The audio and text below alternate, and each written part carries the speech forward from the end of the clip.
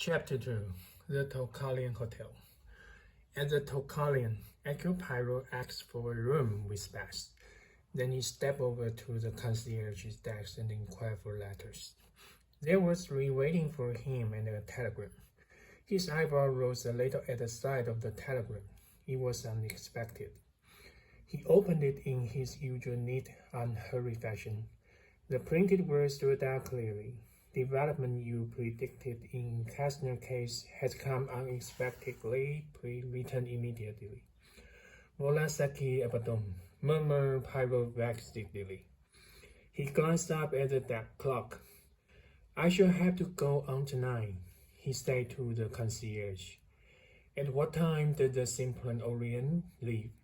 At 9 o'clock, monsieur. Can you get me a sleeper? Assuredly, monsieur. There's no difficulty this time of year. The trains are almost empty. First class or second? First. Très bien, monsieur. How far are you going? To London. Bien, monsieur. I will get you a ticket to London and reserve you your sleeping car accommodation in the Stamford Calais coach. Pyro glanced at the clock again. It was 10 minutes to 8. I have time to dine, but assuredly, monsieur. The little Belgian nodded. He went over and canceled his room order and crossed the hall to the restaurant. As he was giving his order to the waiter, a hand was placed on his shoulder. Ah, mon vieux, but this is an unexpected pleasure, said a voice behind him. The speaker was a short, stout, elderly man, his hair cut unbrows. He was smiling delightedly. Pyro sprang up. Monsieur Book. Monsieur Pyro. Monsieur Book was a Belgian director of the Compagnie Internationale de Wagonnerie, and his acquaintance with the former staff of the Belgian police force dated back many years. You find yourself far from home, monsieur, said Monsieur Book. A little affair in Syria. Ah, and you return home when? Tonight. Splendid, I too. That is to say, I go as far as Lausanne, where I have affairs. You travel on the Simplon Orient, I presume?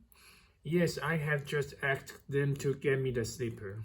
It was my intention to remain here some days, but I have received a telegram recalling me to England on important business. Ah, sigh. Monsieur Book, las affaires. But you are at the top of the tree nowadays, my viewers. Some little success I have had, perhaps. Pyro tried to look modest but failed signally. Book laughed. We will meet later, he said. Pyro addressed himself to the task of keeping his mustaches out of the soup. That difficult task accomplished, he glanced around him whilst waiting for the next course. There were only about half a dozen people in the restaurant, and of those half dozen there were only 2 that interested Pyro. These 2 sat at a table not far away. The younger was a likable-looking man of 30, clearly an American. It was, however, not he but his companion who had attracted the little detective's attention. He was a man of between 16 and 17. From a little distance, he had the bland aspect of a philanthropist.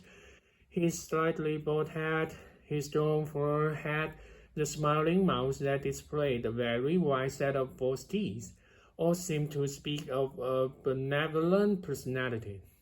Only the eyes belied this assumption. They were small, deep-set, and crafty. Not only that, as the man, making some remark to his young companion, glanced across the room, his gaze stopped on Pyro for a moment, and just for the second there was a strange malevolence and unnatural tensity in the glance. Then he rose. Pay the bill, Hector, he said.